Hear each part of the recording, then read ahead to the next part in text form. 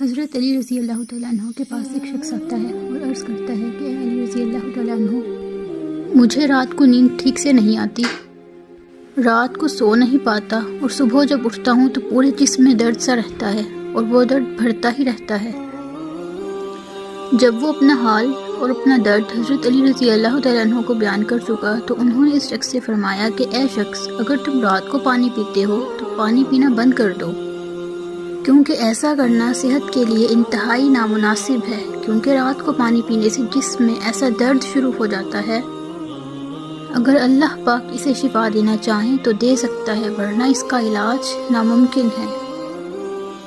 دوستو، اگر آپ کو ہماری اسلامک ویڈیوز پسند آ رہی ہیں تو آپ سے گزارش ہے کہ ہمارے چینل کو لازمی سبسکرائب کر لیجئے گا اور ساتھ لگے بیل آئیکن کو لازمی پریس کیجئے گا